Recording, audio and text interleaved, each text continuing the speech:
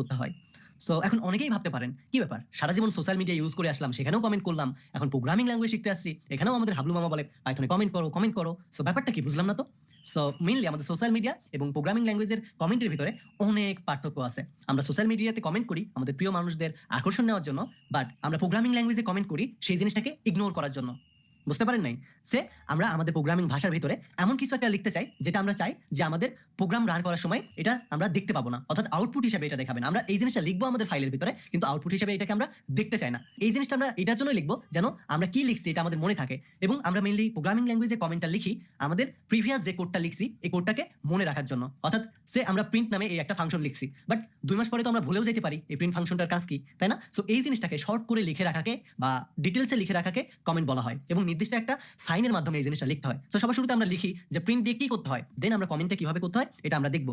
So আমরা এই জায়গায় এখন লিখবো প্রিন্ট দিয়ে আমরা মেইনলি কোনো জিনিসের আউটপুট জেনে থাকি। সো এই জিনিসটা জাস্ট আমি লিখে ফেলবো। এখন যদি আমি আমাদের প্রোগ্রামটা কিছু একটা লিখে যদি রান করি, হ্যালো হাবলু মামাই লিখতেছি, এবং এখন যদি আমি রান করি দেখতে পাবেন আমাদের বড় একটা এরর দিছে, এবং এই জায়গাতে আমাদের এরর হিসেবে বলতেছে সিনট্যাক্স এরর। দ্যাট মিনস আমরা পাইথন লিখতে আবারও একটা সিনট্যাক্সে ভুল করছি, অর্থাৎ আমরা আমাদের পাইথনের যে নির্দিষ্ট রুলস আছে সেই রুলসটা মেইনটেইন করি নাই। তো আমরা যেহেতু হাবলু, তো আমরা জানি না কিভাবে পাইথনে নির্দিষ্ট সিনট্যাক্স ফলো করে কমেন্ট করতে হয়, রাইট? তো এটার জন্য আমরা হাবলু মামাকে জিজ্ঞেস করবো, মামা কিভাবে আমাদের পাইথনে কমেন্ট করতে হয় একটু বলে দাও তো।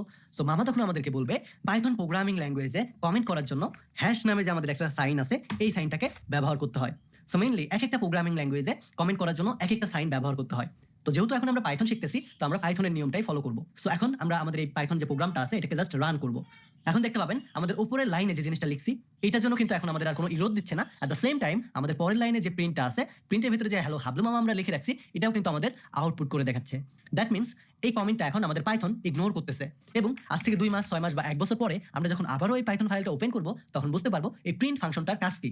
তো যদিও প্রিন্ট ফাংশনটা আমাদের পরবর্তীতে মনে থাকবে, কিন্তু যখন আমরা পাইথনে অ্যাডভান্স টেকনোলজি শিখবো, পাইথন দিয়ে বড় বড় জিনিস বড় বড় প্রোগ্রাম লিখবো, বড় বড় কাজ করব, তখন কিন্তু আমাদের হাজার হাজার লাইন কোড মনে রাখা পসিবল না। ঠিক সেই টাইমে মূলত পাইথনের ডেভেলপাররা আমাদের এইভাবে কমেন্ট ব্যবহার করে যেন হাজার হাজার লাইন পরবর্তীতে কয়েক বছর পরেও যেন আমরা এটাকে দেখে চিনতে পারি যে না এটা দিয়ে এই কাজটা করতাম।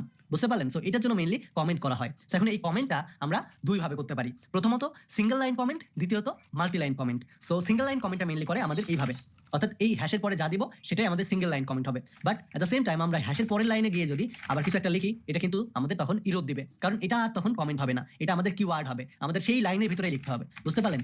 এই লাইনের ভিতরে যদি আমরা না লিখি তাহলে এই নিচেই যদি আমরা লিখি তাহলে আমরা ইরোর খাবো। সো এইটার জন্য এটাকে বলা হয় সিঙ্গেল লাইন। তখন আমাদের প্রয়োজন হইতেই পারে এক লাইনের বেশি আমাদের কমেন্ট থাকবে, তাই না? সো এইটার জন্য আমাদের লিখতে হয় multi line comment. So multi line comment করার জন্য আমরা ডাবল কোটেশন দিয়ে এটার পরে সিঙ্গেল কোটেশন দিতে পারি, অর্থাৎ 3টা কোটেশন দেওয়ার মাধ্যমে আমরা আমাদের কমেন্ট করতে পারি। সো এইটার পরে আমি যদি এখন এটার ভিতরে কিছু একটা লিখি, হ্যালো হাবলু প্রোগ্রামার, এবং আমি যদি এবার রান করি প্রোগ্রামটা দেখতে পাবেন আমাদের কোনো কিছু আসে নাই। দ্যাট মিনস এটা আমাদের মাল্টি লাইন কমেন্ট হয়ে গেছে। আমি এই পরের লাইনে কিছু একটা লিখবো, পরের লাইনে কিছু একটা লিখবো, যেখানে এই 3টা সংখ্যার ভিতরে এই 3টা যে সাইন আছে এই সাইনের ভিতরে যাই লিখবো এখন সেটাই আমাদের মাল্টি লাইন কমেন্টের ভিতরে যাবে, এবং এইগুলো পাইথনে গিয়ে ইগনোর করবে। দ্যাট মিনস আমরা মাল্টি লাইনে এখন যে কোনো কিছু লিখে আমরা আমাদের নিজের ভাষা প্রকাশ করে প্রিন্ট করতে পারি। তো এটার পরে যদি আমি প্রিন্ট লিখি এবং এই প্রিন্টে বলি হেই হাবলু তুমি আমাকে সাবস্ক্রাইব করোনি কেন, এটা বলবে। এবং এখন যদি আমি গিয়ে রান করি এটাকে তাহলে দেখবেন এই জায়গাতে আমাদের বলবে হে হাবলু তুমি আমাকে সাবস্ক্রাইব করোনি কেন। সো আপনারাও যদি এখনো সাবস্ক্রাইব করে না থাকেন তাহলে এখনই সাবস্ক্রাইব করে ফেলেন, না হলে কিন্তু আমার হাবলু মামা পাইথন শিখবে, পাইথনের অ্যাডভান্স শিখে আপনাদের যা কিছু আছে সবকিছু কিন্তু হ্যাক করে নেবে। সো হাবলু মামা কিন্তু ভয় দেখাচ্ছে, হাবলু মামা অ্যাডভান্স শেখার আগে তাড়াতাড়ি সাবস্ক্রাইব করে ফেলুন।